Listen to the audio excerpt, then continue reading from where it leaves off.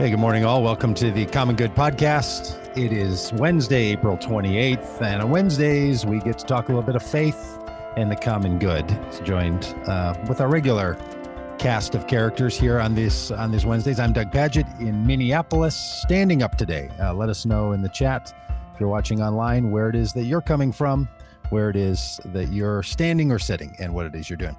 And we're going to be talking about faith and sport today. And we'll talk more about, if we are our different commitments and understandings of sports, but how these come together in our call for a common good world and a common good faith. But joined, as always, by Stephanie Spalding and Dominique and Laura. So, hey, Stephanie. Hello, Doug. Good morning. It's good to see you after a few hours from last night. We were just on. Am exactly excited to be here. Another Wednesday, Faith Wednesday. I'm Reverend Dr. Stephanie Rose Spalding, pastor of Ebenezer Baptist Church in Colorado Springs. I am definitely sitting right now, but I'm still closing all my rings on this, wonderful device if they ever wanted to sponsor this show. Laura Truax. I'm in Chicago, Illinois. I'm the pastor at LaSalle Street Church, and glad to be with you. I am sitting today on a day that dropped 35 degrees in 12 hours, and only that way that the Midwest can, right? It's that's right. Chilly day here in Chicago. And Dominique Gilliard, excited to have Laura back with us this week. Today I'm feeling good. I'll probably talk more today because we have so many sports enthusiasts on the panel with me. So you'll probably hear from me a lot more today, but I think I'm sitting a little bit with kind of some of the great crowd of witnesses today. We lost a really pillar in the faith yesterday with Dr. Renee Padilla. And then today is the 2-year anniversary of Dr. James Cone's passing. And so just sitting with kind of the wisdom and the legacy that both of those men invested in the faith, and kind of relishing the lessons that I've learned from them personally. Mm. Well, thank you for that reminder, Dominique. And I didn't know that about Renee Padilla. Yeah, I didn't know that. That's it's important news, and he had a fabulous life and legacy. All right, so today we've decided that it's springtime. Baseball is in session. People are constantly talking about sports. The Olympics are up and coming. The youth sports. I mean, sports in America. NFL draft is tomorrow. Is that right? Oh, wow. Okay. Yeah. So you can tell that one of us knows more about sports than the other three. And the relationship in American culture to sports, there's almost nothing quite as powerful as the in setting an identity for people as sports. Like it crosses a lot of boundaries, does a lot of things. I was a college basketball player and was heavily involved in sports at certain times in my life. My later adult life, don't follow it at all. I don't really pay attention, not for any real great reason. Just I think it's been replaced by other concerns and interests and passions, and I just don't find it to be all that interesting. But so many people really do.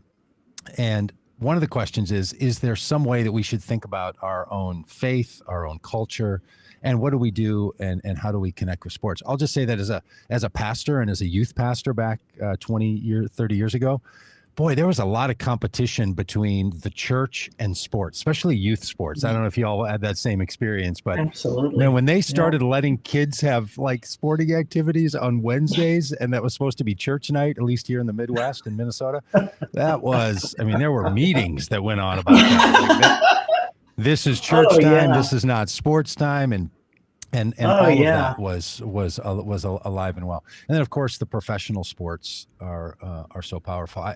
I reflect on the fact that race and sports and religion have this connection together. As a child, the number of African American people that I knew the names of and would recognize their faces almost all came from sports. They were the heroes in my life. They were the people I paid attention to. It created an avenue that just, as a 10-year-old, 12-year-old, 14-year-old, got just outside the small group of especially African-American people I knew in the apartment complex that I lived in. But so sports had this like window into a broader world that seemed really exciting. And now I kind of feel the opposite about it. I feel like I don't want to spend my time gazing through that window into sports. So I have this conflicted relationship with sport and in our society and our spirituality and all. How about the rest of you? How do you take this? How do you take this? I have a really interesting personal story about my relationship to sport. Actually, I have a lot, and they are definitely the butt of a lot of family gathering jokes, but we're not going to deal with all of those this morning. For me, it again, I am probably one of the least athletic persons in my family, right? Like, I promise you, my sister's dog is more athletic than I am. It's just not what if speed reading were a sport, then I'm your girl, right? So as a kid, I was not necessarily inclined to paying attention or anything like that, because I just wasn't, I wasn't really coordinated. Even when we played kickball, like I said, I am the butt of a lot of jokes. It was just like, okay, come on, baby, we go. You get to play, but come on, sweetheart. But for our congregation growing up, sports was a way in some instances, it wasn't the only thing, but it was one way to keep young people engaged and active. And so what I value and appreciate about my community growing up was we were a very close-knit congregation, non-denominational, that most of us lived in the same neighborhood. And so most of us did almost everything together throughout the summer, throughout the week, or what have you. And because we all lived in the same neighborhood, we also had parents who were actively engaged in community, like the park district, advisory boards, and stuff like that.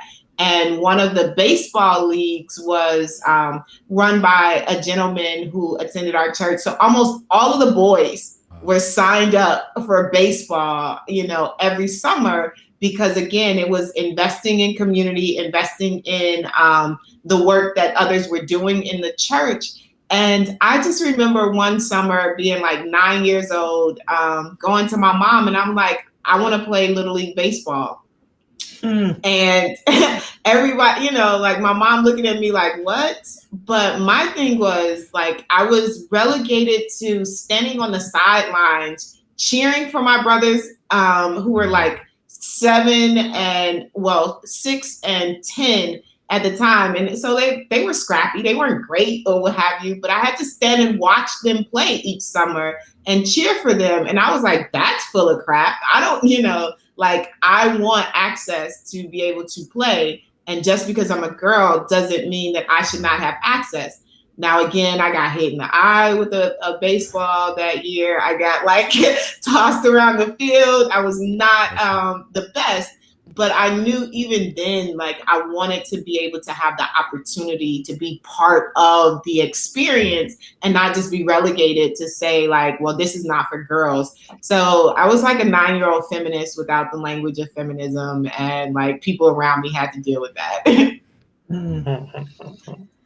Yeah, I would say in our church, I remember, I resonate with what Stephanie said. There is this communal captivation with sports, this feeling that we're all part of something bigger. And I, early on in ministry, I preached a sermon about, could Christians in good conscience continue to watch the NFL? And I'll tell you what, you could have heard a pin drop. I could see all the things go up, and especially the men around the sanctuary are like, "What the Blake? Why are you even going in this direction? Preach the gospel!" but of course, what I was thinking about is sports is also a user of people. And at the time I preached that, that connection of concussions and long-term brain damage and early onset dementia and that condition that I've forgotten, whatever it is, that leads to violent outbursts, and it felt like, wait a minute, what's the difference in the Gladiators, right, and NFL? So Dominique, maybe you can tell me, what's the difference? Tell me the difference in those two things.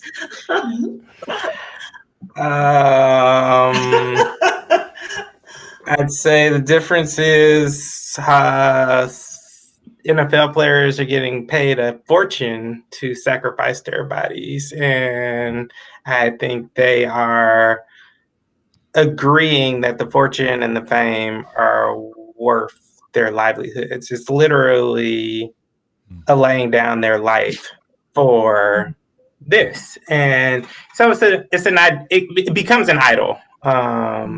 And yeah, I think that's a real question. I wrestled with it. Decided to keep watching everything. Feel like you have to say that with some apology in your voice? No, I mean, I decided to keep watching, and then everything with our brother Colin Kaepernick happened, and I protested and didn't watch for 2 years, and then got back on the bandwagon. But yeah, no, I had a whole thing I was coming into where I was going to frame this, and you just threw me off, Laura. I'm sorry. Discount that. Go to your stuff. No, I mean, I think I appreciate the question. I mean, I think the first time I really reckoned with it was in the book $1 Million Slave, which really frames exactly what you're talking about. I mean, CTE wasn't out yet, but it was basically saying that when you actually look at the process of drafts for professional sports, and, you got people, particularly male athletes, who strip down essentially to their underwear and they display their bodies in something that's very parallel to what would be in the slave auction. They go and perform for what would be parallel to masters who are ultimately going to purchase you and then put you out there to exploit yourself, mostly for their financial gain, because while you're getting a lot of money, you're getting a fraction of what, the owners and these different people are. And so that was the first time I think I really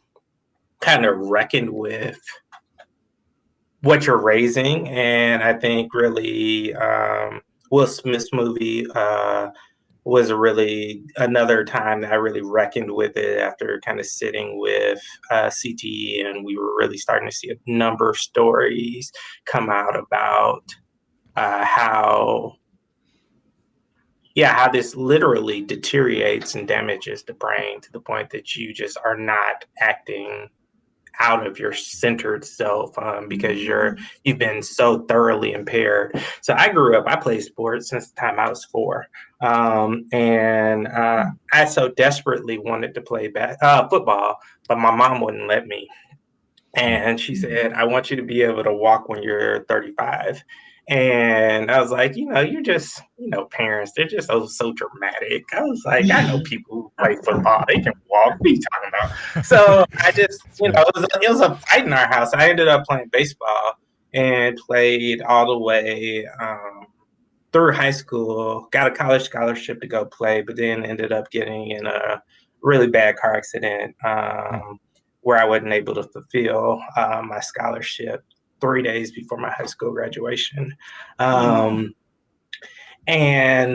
the last game we played, we were in the state championship, state tournament, the game before qualifying for the state title, and had this really bad taste in my mouth where somebody who we were playing against, who went on to the major leagues, called me a nigger our last game. And it, to be able to, to end my career kind of like that was a real rough thing for me personally. But, sports was something, this rub that you named, Doug, it was real in my life. I mean, I was a pastor's kid, grew up in the church mob, but I was also a super talented baseball player. And so I was on travel teams to the point that, like, in summers, I remember one summer I played 200 games over the course of the summer.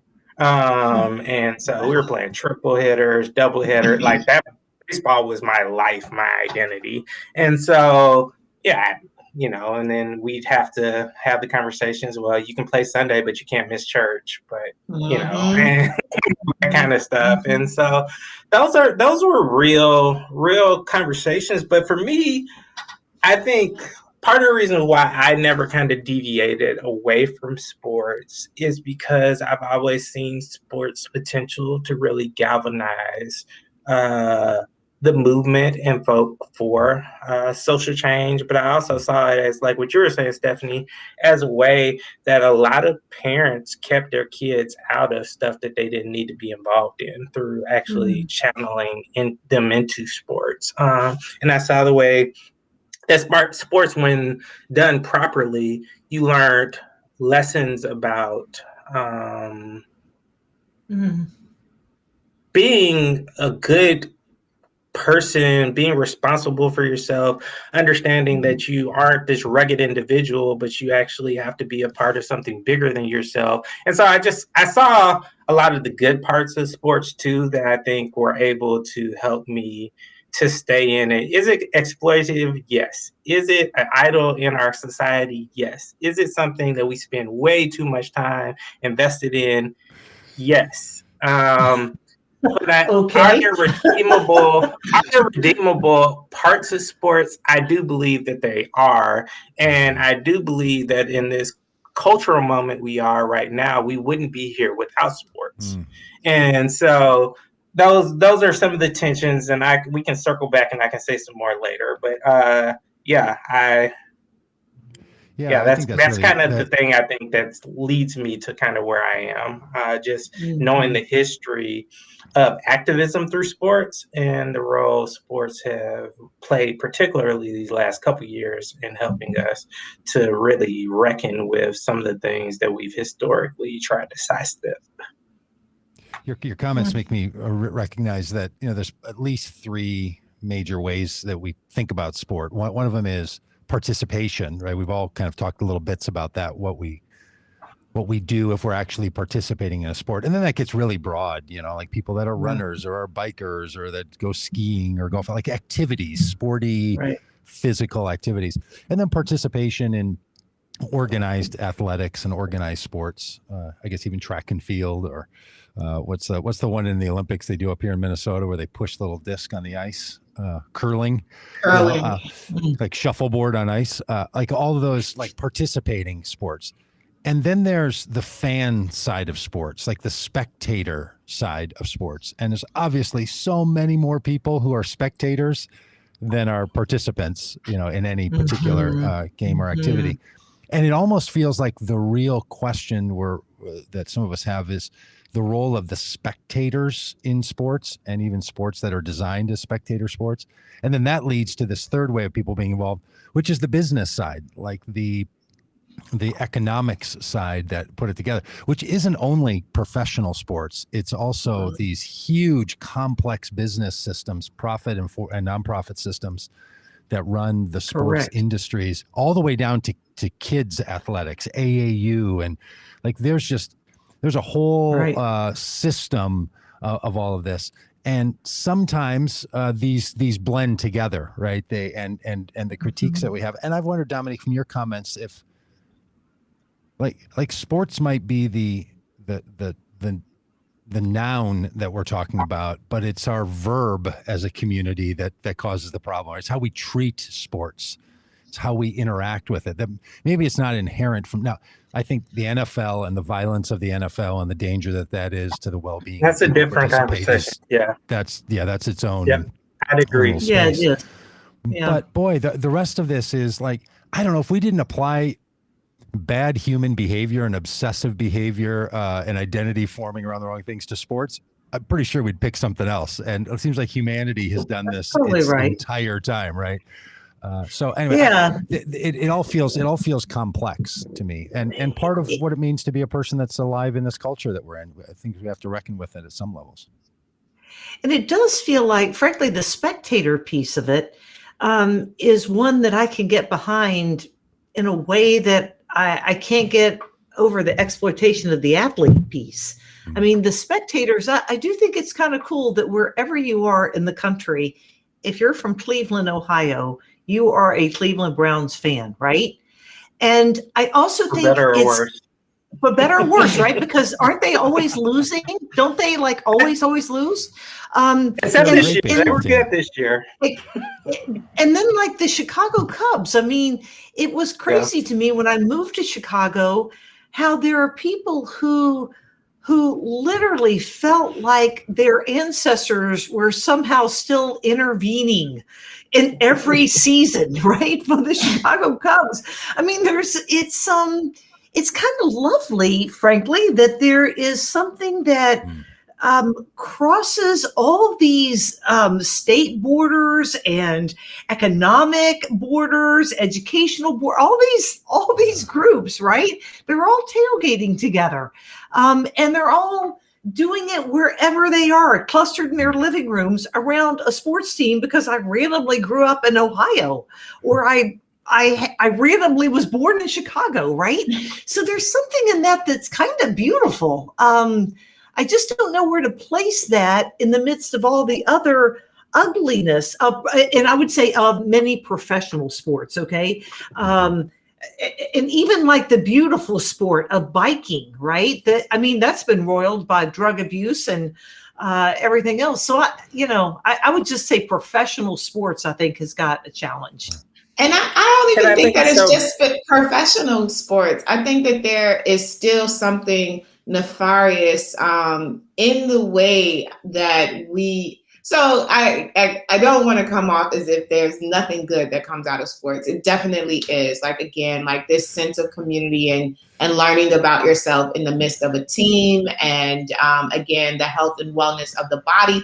But it starts so young in the way that we begin the role of exploitation and idolatry and obsession as it is connected to sport. I think about, again, being from Chicago and the Jackie Robinson West baseball team that had its title stripped from them because, people didn't want these Black kids that had won a Little League World Series to be at that level, having won a Little League World Series, and in doing the things that other communities have been doing all the time as it relates to organized sport, and the way that racism showed up. But I think that there's also this ability to not address like the underbelly of how sport articulates in a microcosmic way who we are as a people, right? Who we are in society. Again, organized sports, professional sports being one of the highest places for the trafficking of women, right? And nobody wants to talk about like the human trafficking of women that happens due to the way that we live out what professional sporting looks like in a multitude of levels. Nobody wants to talk about the level of addiction that plays out, the alcoholism and the drug addiction as spectators that play out. Like, the idea that you can't go to a baseball game and not drink a beer, like the level of addiction that people have in relationship to organized sport. So I think that there is something else that is functioning and happening. And even the way, like, as Americans, this notion of American exceptionalism. Again, we look at baseball, America's game, quote unquote, and at the end of it, we have a World Series and nobody else is participating. No one else in the world is participating, but some teams that belong to the United States of America, right? Or we look at football and we're the only ones who are talking about football in this way, So like to the rest of the world, it is soccer. But again, like the way in which we shape notions of who we are, I think that is definitely something nefarious that we have not dealt with. So I think Yeah, I think there are a couple things. I think that there is this very unhealthy way in which kids are formed, particularly talented kids who have the chance of becoming professionals, are formed and pushed to try to make them manifest their full potential. And so I think that there's always a temptation to start juicing or steroids or different things, performance enhancing drugs, all these different things to help you get over the bar. And I think, the way that you're coached, I think about like somebody like Bobby Knight, who is notorious as a coach, and, some of the abusive kind of ways in which he would engage with his players. But I also think, we have to reckon with the fact that so many people start to envision sports as their dream because it's been the one of the only few acceptable realistic ways out for a lot of people, and we have not reckoned with the fact that desire and that misplaced ambition to a degree, and willingness to lay your life down and invest so much of who you are into this is also a byproduct of systemic racism and injustice that we are unwilling to reckon with, and to talk about how it has been so socially acceptable and expected for Black excellence in particular to be manifested out on the field or on the court, but not in courtrooms or as a doctor or a lawyer or these different things. And so in doing that, I think when we talk about and critique, we also have to kind of frame and contextualize kind of what gives rise to some of this in some of our communities, and how really for me, I think two things I want to say that I think are just really beautiful about sports. I think, Laura, you kind of tapped into it a little bit when you were talking about, Chicago, and, just see how the city came alive when that curse was broken. I mean, when the curse was broken, I think about Boston when the curse was broken. When that happens in a city, it is able to bring people together, mobilize, bring this euphoric feeling that I don't think anything else really does. Now, we might have to have a question about why that's true, but it is true. I also think about like when COVID was just hitting, and sports addicts were reeling. I mean, you had folk who were like, cold turkey just cut.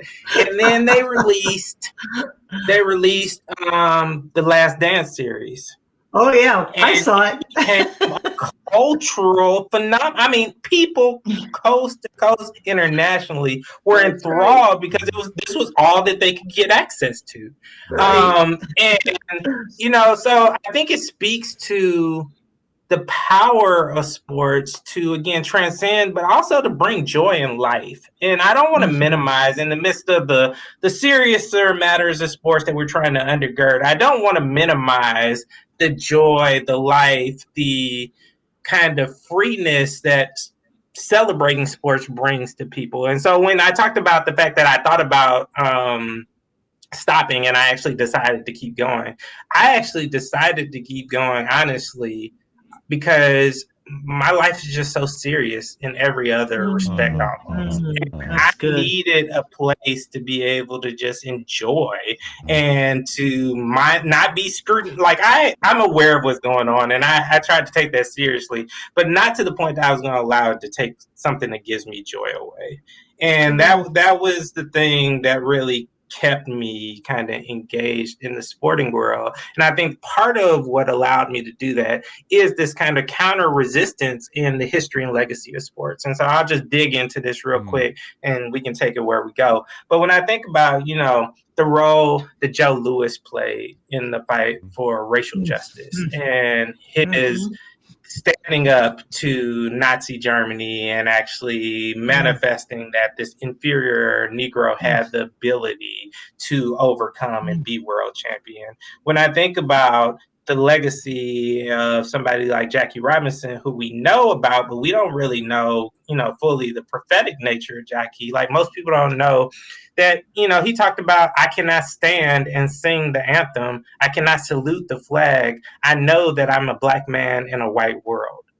And this kind of prophetic resistance we see in, the 68 Olympics, where Tommy Smith and Giancarlo, the Black Power salute. And then the person we don't really talk about is the white man, Peter Norman from Australia, who actually was also a part of the salute in a less obvious way. And we see this kind of intentional resistance and people asking this real question about what does it mean to pledge allegiance to a flag that hasn't pledged allegiance to us? What does it mean for us to reckon with the history and legacy of oppression and poverty and systemic sin in this world and to act as if it's all okay just because we're on the field? No, I don't stop being black because I'm on the court, because I'm on the field. And if you are going to think that I'm just going to be complicit with this consumer economy without actually provoking you to think critically about this, then you're mistaken. And so the people, the Muhammad Alis who protest and won't fight because they, so I think that history, that legacy, even to, last year, with the NBA's full frontal commitment to Black Lives Matter. And I think about, even the communal investment. I think about like LeBron James and his school and how, and so I think, there is this counter thrust to sports. While there is a bunch of dark and ugly, there is kind of this counter thrust that has really gave a platform for these conversations in a way where honestly the church hasn't been able to in the same way because it has lacked the influence and really the prophetic ability to speak specifically into masculinity in the way that sports has the ability to say that you're going to actually have to reckon with this if you're going to engage in this as a consumer. And so I really have appreciated the way that I think all of the pieces of the puzzle kind of work together in that regard. And I think if it were not for sports, I think this conversation would be a lot further back than what it is actually today. Can I just, I think that's really interesting, that whole masculinity piece. I read a book a number of years ago about the role of Dwight L. Moody, from Moody Bible Institute, and how he was an important figure in galvanizing evangelical support for sports, that he believed that coming out of World War I, there was a prissiness to the church, and that could only be confronted with a strong presence of masculinity. And so he was one of the early people to make sure that that sports were part of the after school program, right? The Sunday school, the Wednesday night thing. He organized or got people organized around sports leagues, church leagues, and things of that sort. And so, I think evangelicals have really raised the baton on that. Can I just go to one other thing real quick? Dominique. Jerry Falwell, too. Jerry Falwell has the same background and was very intentional about inserting sport and Christianity in that same way. So. Yeah. So, the other thing that occurred to me, Dominique, while you were talking is Doug used the language, or maybe Stephanie did too, around how we've made idols, sports as an idol in our culture, and how that's reversed when you get the salute, the Black Power salute, or you get Kaepernick kneeling. They are refusing to say that this sport is my idol, that there is something beyond that. There is a justice issue beyond this. There is a equality. There is an end of oppression, that those are the ideals that transcend this smaller idol of my sports team or my victory or my first place finish, right? So that's a really interesting way.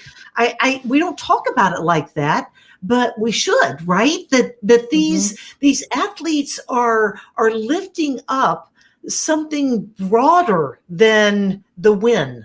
So anyway, I think that's just a really interesting thing for us to recover. And that is not often seen as a positive, right? There is an entire Right. push in our society to be sure that issues like race, economics, gender, violence are not critiqued through sports, right? There's a whole argument that says, let sports Shut up be and dribble. sports. Shut up Mhm. and dribble, stay on the court, all of this. Right. And that's a thing that we Um, do. This is how power is maintained in our societies. You just tell people that only certain people can have opinions and can express those opinions through their professional vocation, work life. And it's a real power play. I watched a movie last night called One Night in Miami. It's Great was movie. a drama, a play. It's Muhammad Ali, Malcolm X, Sam Cooke, and Jim Brown. Jim Brown was a football player Mhm. that we're all friends, and there's kind of a fictional telling of them in a hotel room one night in Miami in 1964.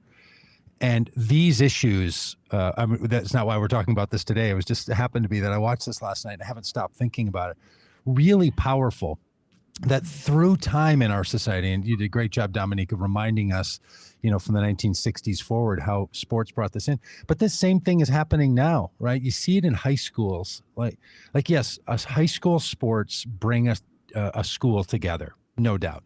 But normally it's around one group of people, normally the boys, certainly one sport versus others. Sometimes where I live, it's hockey, or maybe it's football, or occasionally it's baseball. And the rest of the school sort of gathers around to cheer them on. And, occasionally if the whole football team joins a High School Musical, everybody makes a big deal out of it, right? Because it sets up this hierarchy of narrative that just starts to form and to frame in our society. And when someone brings that up, the critique is, well, why do you have to ruin a perfectly good sport? Like, why don't we leave all of these issues to all of these issues? And this is a place where I think people of faith need to engage, right? And one of the things our faith ought to do, it seems to me, especially as Christians, is it should widen our view to allow us to see things we didn't see. If you take the notion from the old song, I was blind and now I see, or you take the parable or the story of Jesus healing the people who are blind so that they could see, our faith should open our eyes to see what's happening. It doesn't mean that sports don't have a role. It means we should see as best we can the totality of when they're harmful and when we can call out those things, because there's no reason sports have to be like that. They don't have to be. These are systems and structures that are in place to try to keep people from raising the larger issues in our societies. And it's extremely intentional. Which is in part why, to some degree, I'm just not, well, again, I already told you all, I wasn't the most athletic person to begin with.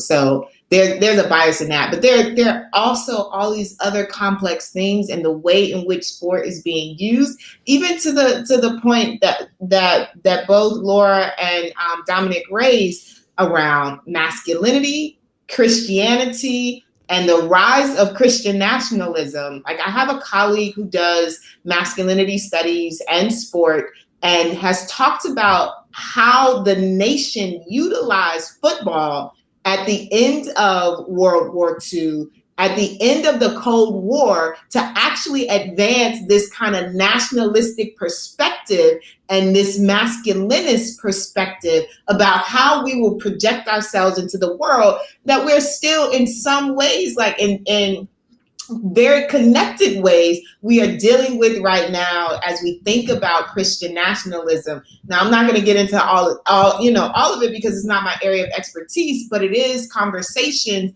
that I know people have invested in. There's a reason why Falwell were like pushing evangelicals into this notion of what plays out in terms of masculinity on these fields, on these courts, so that we can have a projected image in the world about ourselves as a nation. And we have one of our viewers asking the question about the trafficking of women and what does that mean? The Super Bowl is one of the largest sporting events or events period in the United States, in the world, where the amount of women that are trafficked because of how money, capital, how masculinity, how drugs and under culture plays out in these organized institutions, and the exploitation, the expectation to exploit particular kind of bodies in these ways. And I guess for me, it's like, it's not like I don't have the blind eye to turn, right? Like, yes, I do know that there are very valuable things, but at this moment, the people who are corrupted and impacted by the way in which organized sports plays out, we're left in a position for folks to have to protest, right? To Dominic's earlier question, why do we have to have this history of athletes in this way? Because it is a racial history of how Black bodies have been seen. It is the lack of platform in other industries that Black bodies have access to this kind of global platform. And so, again, that still remains in the conversation about how we prop or utilize sports, and the way we don't want to necessarily navigate it. Again, thinking about the U.S. the International Olympic Committee disallowing people to protest, like specifically coming out with rules saying, don't do that. This is not the space for that. We don't want you to have these conversations. And then coming back to the people, why we have to use these platforms in this way, because of a lack of access, because of a lack of way, and I'm excited about the way that the NBA came on board. I'm more excited about the WNBA and how women team, like, they were full force with their support of, absolutely, with their support of Black Lives Matter, and not just Black Lives Matter, but also being directly connected to the impacting, elections and everything, like systemic change, right? Like, I get like the mantra, but where's the systemic work of these organizations? And even with the NFL, taking a pause and stepping into the Black Lives Matter conversation, but not doing retribution to Colin Kaepernick, right? So, and not really changing the way the system functions and operates. So it's that tension for me, again, as an activist, anti-racist, but then also in a matter of faith. Like when I'm preaching in a congregation and people are tapping and hemming and hawing and huffing and puffing because it's Sunday and a football game is on, I'm like, dude, I really don't care. God. I really don't care if Kansas City is playing today, right? But like that real level of idolization that we do have to address. So I want to bring a little balance and say that I actually think that there actually has been some real accountability and thrust and movement for systemic change that have come out of professional sports the last couple of years. I think particularly with the NBA, if you saw as the election season came up, so many NBA teams used their arenas as voting registration opportunities and really had their professional stars really getting out the vote and actually advocating for the necessity of participating in voter registration. You also saw some NFL players be a part of some important legislation around racial justice in a couple major cities. Think about Philadelphia. I think about New Orleans. So there has been some stuff. That said, I think there is still, again, very dark stuff that we need to be reckoning with and talking about in regards to sports. I think we need to be talking about the legacy and prevalence of sexual assault that's connected to professional sports. I think from everything from, like Deshaun Watson, what's going on right now, major stars being involved, to things like Larry Nassar.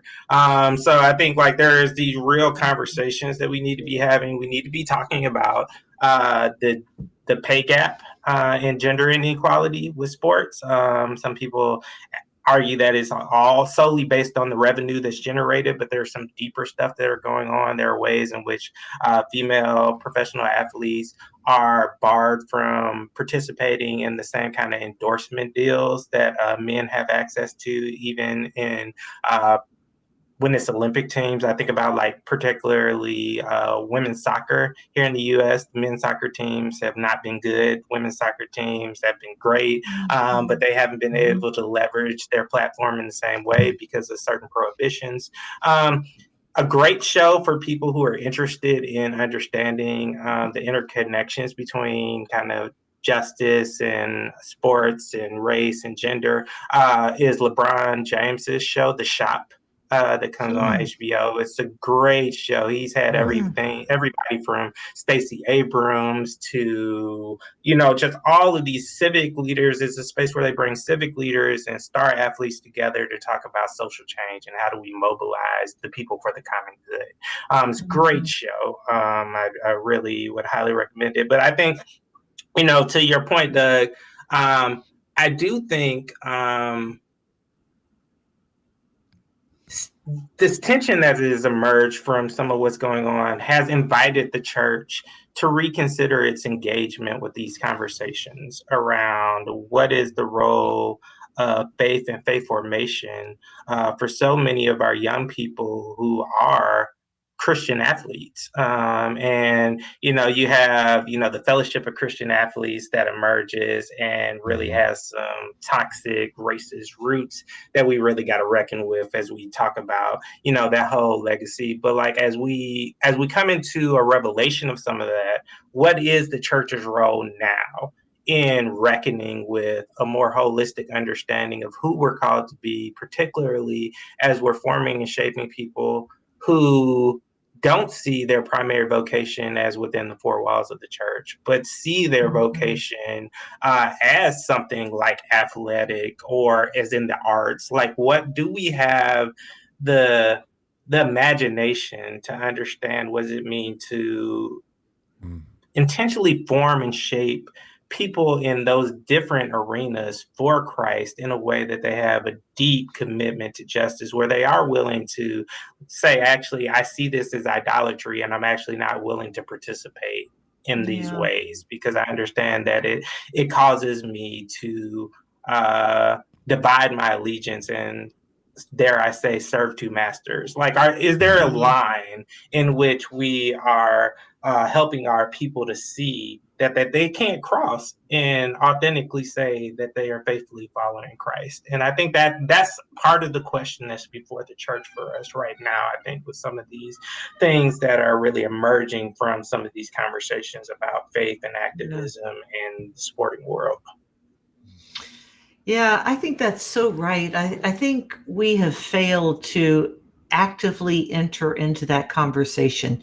There's so much that we absorb, consume without thinking, without even being aware or trying to untangle those issues, right?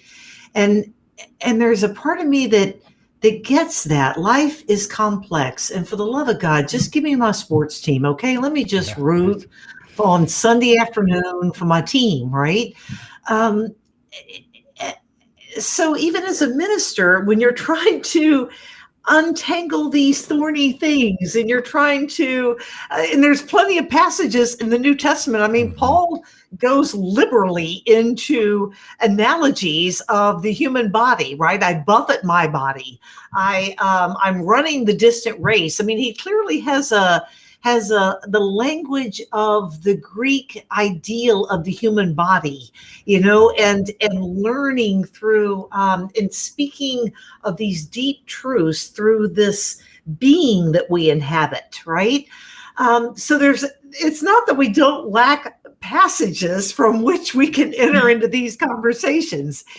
It's just that I think we divorce ourselves from it because we're not really aware of, wow, the scariest day to be a woman in America is on Super Bowl Sunday, and that domestic hotline spike, and even the NFL's put out these PSAs over the last few years to to kind of make people more aware of what can happen and keep your temper in place, and the trafficking of women and the exploitation of athletes, and this weird nationalism, like what the national anthem is part of our sports identity. That only happened recently, people. I mean, all these things, right? But it's hard to kind of thread the needle through that. So we just are silent, and we're like, okay, yeah, go watch the game, everybody. Go Bears, right? Yeah, it feels like there's this tension and temptation for all of us to want some parts of our society, our lives, to be set apart and pristine from all the other struggles, right? Yeah. And whether that's somebody getting into art or entertainment or sports, or for a lot of people, their religion, they actually want their religion to not have to be tied up in all the complexity of the world. They want it to be a comfort. You know, we all pick our comfort and our comfort foods. And we do have to find a way to allow for the space of every engagement that we have in our society to have its own space, and to recognize that it's not unique, and it's not protected from the other cultural forces that all have to be addressed, without all of those issues being dominated by every other cultural issue. Right? This is what gets hard for us as human beings. There's a range of issues that we talk about here a lot, and that we think are really important, from issues of race and economics and gender and the environment and all of this. And so we have to recognize that every part of our society is impacted by those. There's no part of our world that's like free from environmental impact, or is free from gender bias, or is free from economic injustice. So these are all going to be in play. And we shouldn't say that one area of our life doesn't have to talk about them, doesn't have to deal with them. But then also, how do you not let each one of those issues become the dominant issue when someone goes to a concert, or looks at a piece of art, or wants to have a backyard picnic, or goes to a sporting event? Like, how do we integrate issues of righteousness and justice and goodness, and we'd say around here, common good, in a way that is normal and natural, not to dominate every conversation with all of those topics, and also not to exclude any of those conversations from any particular topic. That's a kind of maturity and difficulty that it feels like we could be in our faith communities, in our own individual lives, trying to narrate and trying to curate and trying to bring about. And it feels like that's part of the venture that we're on in whatever this woke sort of moment is, that we find ourselves in our own life development, or in our cultural development. It certainly is the balancing act. Again, to your point, Doug, takes a lot of maturity. So Dominic, I certainly get, like, look, I just need a place where I can have joy. Do not watch movies with me. I am letting everybody in the listening land know. Again, because being a critical race scholar or what have you, my brother, after The Lion King came out and then it was Avatar, he was like, I'm never watching another film with you in life, because I am that person, Doug. I am like, good God, like, can we talk about the sexism and the colonization and everything?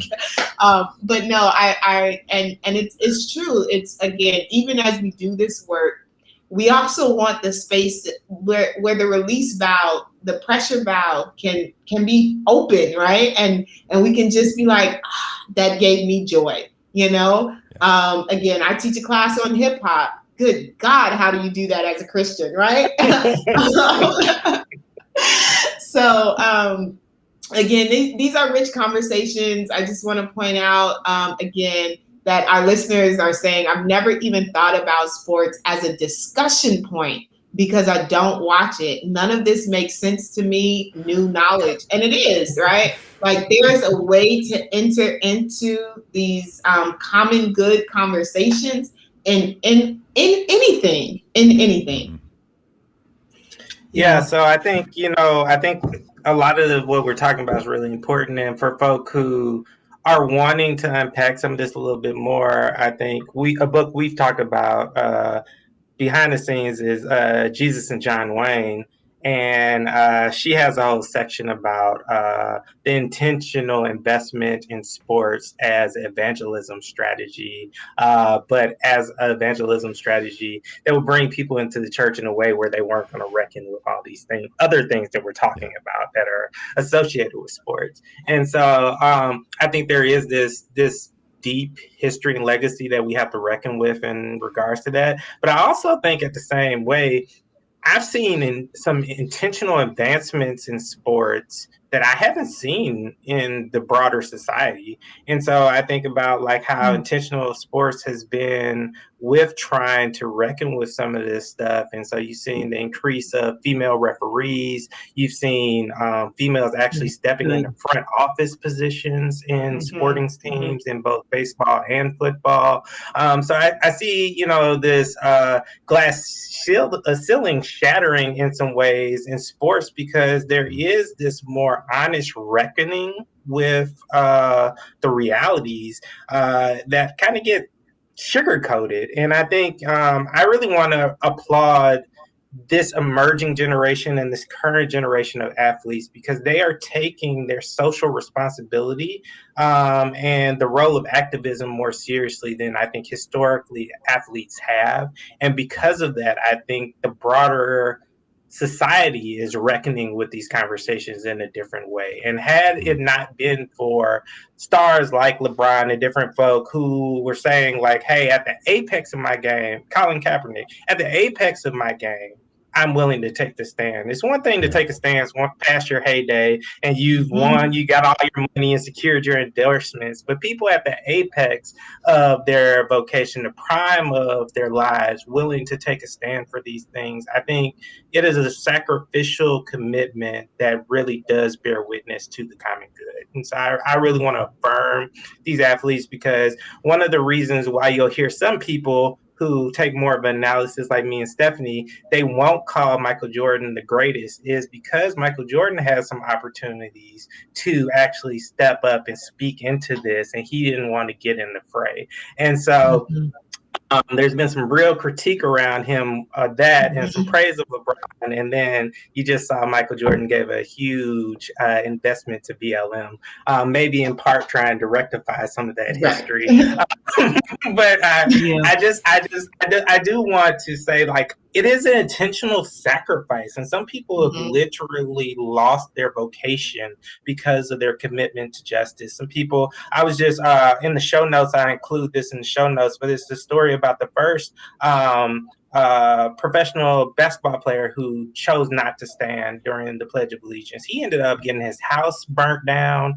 His wife left him. Like, there are real costs that some of these people are paying to make this commitment. And so I just want to affirm that and say we need to be intentionally forming more believers in particular who are willing to pay that countercultural cost. Yeah, well, friends, we've reached our 2-minute warning here. It's my little sports joke. Coming to an end. Thank you again for a great conversation where we try to ask what the role of our faith is in pursuing the common good in our life and our world and our society. And it's been another great, robust conversation. Thanks, Dominique and Stephanie, Laura, for being part of this Wednesday crowd. Stephanie mentioned earlier that we just finished a 4-week series on the threat of Christian nationalism. That's available on all of our social streams and our YouTube channel and at votecommongood.com. So if you head over there, you can watch all of those. And you also can find all of these live streams and our podcast and a number of our actions and activities, including something we're about to announce more publicly. We'll let all of you know that we're going to bike across the country from San Diego to St. Augustine, Florida, September 10th through November 14th to raise awareness and calling for common good immigration and border practices. So it's going to be an epic ride that will invite you to come on a day, a week, every mile, or host a community ride in your neighborhood, or join us virtually. A whole lot of ways that you can do this to connect with the stories of refugees, asylum seekers, migrants who make we the people of this country, we the people. So some of that's going to be coming to you. All of that's over there at Vote Common Good. And you'll also be reminded that on Thursdays, we talk about issues. We're going to talk with Diana Butler-Bass tomorrow. We'll talk economics on Friday on this podcast. Monday is news. On Tuesday, it's politics. And that brings us back around to another Faith Day on Wednesdays. So thank you for being a part of all that we have going on here. We really appreciate it. And we will see you all tomorrow.